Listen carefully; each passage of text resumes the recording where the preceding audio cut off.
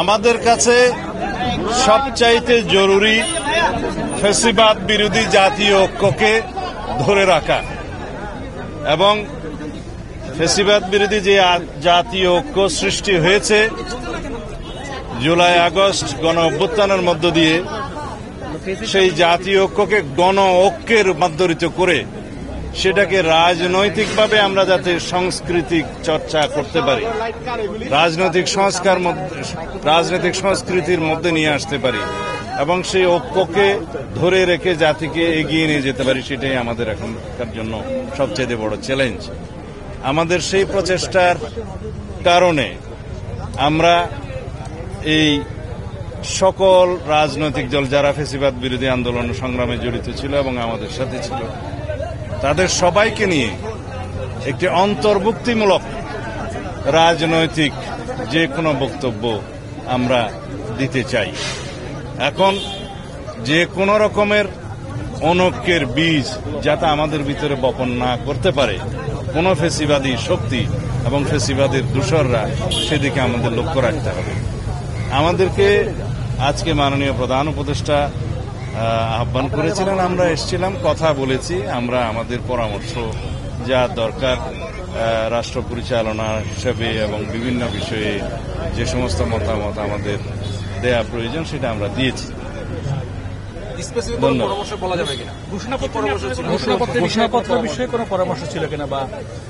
জুলাই গণ অভ্যুত্থান সম্পর্কিত ঘোষণাপত্র নিয়ে কিছু আলোচনা হয়েছে।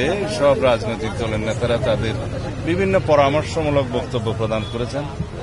তা আমরা প্রশ্ন করেছি যে জুলাই গণ অভ্যুত্থানের ঘোষণাপত্রের আসলে এই 5.5 মাস পরে কোনো প্রয়োজন ছিল কিনা, যদি থেকে থাকে সেটার রাজনৈতিক গুরুত্ব, ঐতিহাসিক গুরুত্ব এবং আইনি গুরুত্ব কি, সেগুলো নির্ধারণ করতে হবে এবং যাতে এই ঘোষণাপত্রকে কেন্দ্র করে ফ্যাসিবাদ বিরোধী যে ঐক্য সৃষ্টি হয়েছে সেখানে কোনো ফাটল সৃষ্টি না হয় সেদিকেও আমাদের লক্ষ্য রাখতে হবে।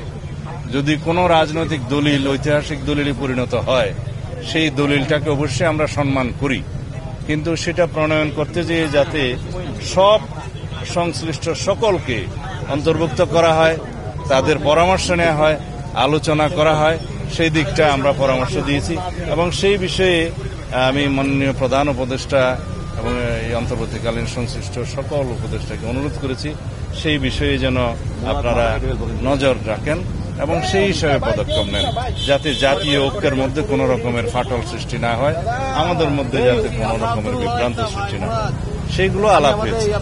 নির্বাচন নিয়ে কি কিছু আলাপ হয়েছে আজকে? না, আপনাদের অবস্থানটা কি ছিল ঘোষণাপত্র নিয়ে? আমরা আমাদের বিভিন্ন পরামর্শ দিয়েছি, বিভিন্ন বিষয়ে, রাজনৈতিক দলিল প্রণয়নের বিষয়ে ইত্যাদি বিষয়ে আমরা কথা বলেছি। কিভাবে এই দলিলটি তৈরি হবে সেই বিষয়ে আমরা আমাদের প্রস্তাবগুলো তুলে ধরেছি। আশা করি সেই অনুযায়ী অন্তর্বর্তী সরকার একটা কর্মপন্থা ঠিক করবেন। আমরা প্রথমেই বলেছি যে এটা তাড়াহুড়া করে যেন প্রক্রিয়ায় যাতে কোনোভাবে এটা তৈরি না হয়। এখানে সরকারের দিক থেকে এই উদ্যোগটা নেওয়া দরকার একটা ঘোষণাপত্র তৈরির জন্য, এবং এইটা আসলে কি হবে, এটা প্রোক্লামেশন, ডিক্লারেশন, কিংবা এর আইনি দিক কি, কিংবা এর আইনি রাজনৈতিক দিকগুলো কি, আইনি এই প্রশ্নগুলো সকলের ঐক্যমত্যের জায়গা থেকে তৈরি হতে হবে। এবং আমরা পদ্ধতিগতভাবে বলেছি যে এখানে একটি সরকারের পক্ষ থেকে একটি ড্রাফট কমিটি করা দরকার। সেই ড্রাফট কমিটি এই ড্রাফটিং এর দায়িত্বের জায়গায় থাকবেন এবং রাজনৈতিক দলসহ সকল শ্রেণী পেশার অংশীজনদের, শিক্ষার্থীরা তো থাকবেই, তাদের সকলের মতামতকে যুক্ত করে এটা প্রয়োজনীয় সময় নিয়ে এই যে দলিলটি এটা তৈরি করতে হবে, কারণ এটা একটা ঐতিহাসিক দলিল। এটা ভবিষ্যতে হয়তো আমাদের একটা পলিটিক্যাল রেফারেন্স কিংবা রাজনৈতিক একটা সূত্র হিসেবে সবসময় আমাদের ভবিষ্যতে কাজে লাগবে।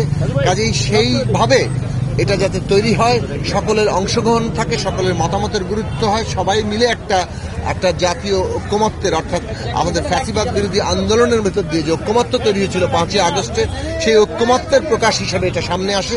সেইভাবে আমরা দলিলটি তৈরি করার জন্য পদ্ধতিগত জায়গায় প্রস্তাব করেছি এবং এই পদ্ধতিগত জায়গাগুলোই সরকারের দিক থেকে বলা হয়েছে যে তারা এটা গুরুত্বের সাথে নিয়েছেন এবং এই পদ্ধতিগুলোই তারা বাস্তবায়ন ভবিষ্যতে করবেন। বড় ডকুমেন্টে দ্বিমতের সুযোগ বেশি আসবে। হিস্টোরিক্যালি আমরা অনেকগুলো এক্সাম্পল দিয়েছি, মেঘনা কার্টা থেকে শুরু করে স্বাধীনতার ঘোষণাপত্র এবং অন্যান্য যে হিস্টোরিক্যাল ডকুমেন্ট আছে সেটার মোতাবেক করে এটাকে ছোট করা দরকার। আর উপকরণের ব্যাপারে একমত হওয়া দরকার যে এই দলিলটাতে আসলে কি কি জিনিস থাকা উচিত।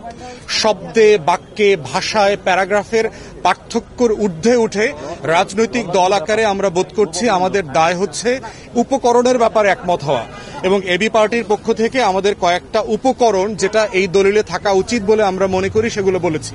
সুশাসন প্রতিষ্ঠা হবে, দুর্নীতিমুক্ত এবং পেশিশক্তি মুক্ত একটি সমাজ প্রতিষ্ঠা হবে, একটি সুষ্ঠু নির্বাচন হবে, টেকসই নির্বাচন হবে এবং আগামীতে যাতে বিগত দিনের রাজনীতি ফিরে না আসে, সেই বিগত দিনের যে প্রতিহিংসা রাজনীতি, জিজ্ঞাসা রাজনীতি, দুর্বৃত্তায়ন, দুর্নীতি, এগুলো যাতে আগামীতে ফিরে না আসে।